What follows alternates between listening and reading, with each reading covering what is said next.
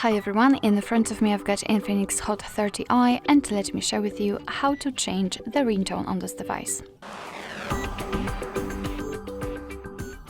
So let's start with opening the settings, and here we have to find and localize, which is basically the same, the sound and vibration section, so let's tap.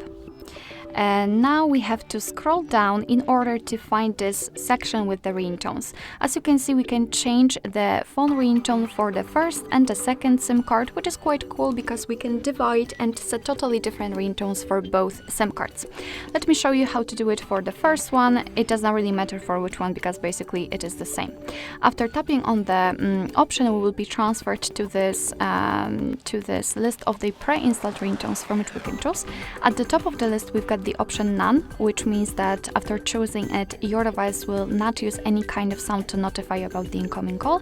And on the other hand, at the very bottom of this list, we've got this option Add Ringtone, and after tapping on it, we will be transferred to our own files. So if you've got anything, for example, downloaded or recorded, if it will be compatible, it will appear right here or in other folders or files, and you will be able to choose it and set it as a ringtone. But let me go back to this pre-installed ringtones, and basically if you want to listen how the particular ringtone sounds, you have to tap on it.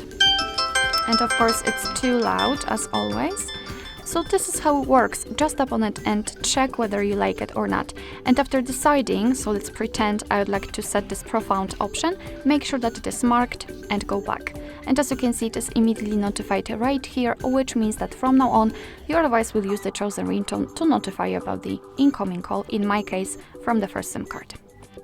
Alright, so that will be all. Thank you so much for watching. I hope that this video was helpful, and if it was, please hit the subscribe button and leave the thumbs up.